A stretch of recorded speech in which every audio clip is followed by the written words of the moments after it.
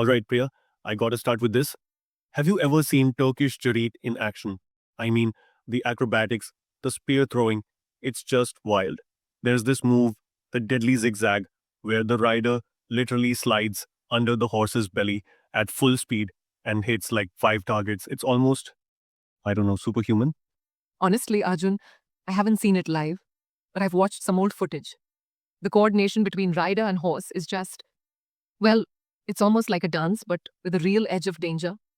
The deadly zigzag sounds terrifying. I can't even imagine the training that must go into that. Yeah, and it's not just about the spectacle, right? There's this sense of spirit, like the whole community would gather to watch. It reminds me a bit of when I saw a Malakam performance back in Pune. You know, the pole gymnastics? The way the athletes would twist and balance, sometimes upside down, sometimes spinning so fast you could barely see their hands. It's that same feeling of uh, awe and a little bit of fear for their safety. That's a great comparison. And speaking of awe, have you heard about Peruvian Chakrananka? It's this ritual where the performer does spiral rolls on the ground, rotating a wooden hoop with their feet. But here's the twist. The hoop is filled with medicinal herbs.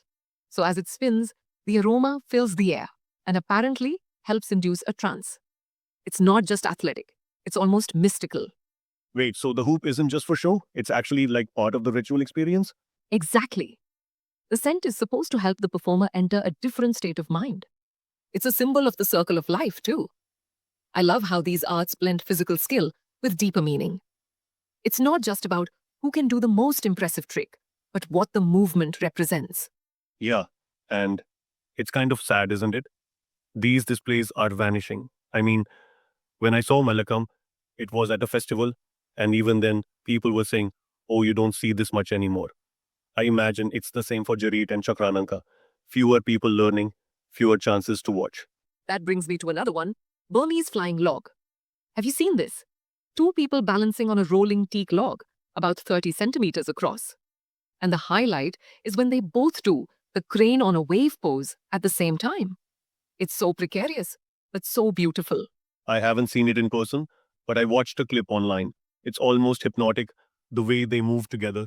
And I mean, the trust you need in your partner. One wrong move, and you're both in the water or worse. Exactly. And then there's Siberian Buza, which is a whole different vibe. It's based on the idea of combat as a cycle of the elements. There's this technique called the blizzard, where you knock your opponent off their feet by striking their shins with felt boots. And it's all done in this really unusual 7/8 rhythm. It's almost like fighting to music. 7, 8 time? That's not your standard beat. I always get lost counting that, but it makes sense. Rhythm can totally change the energy of a fight. It's not just brute force, it's about timing and flow.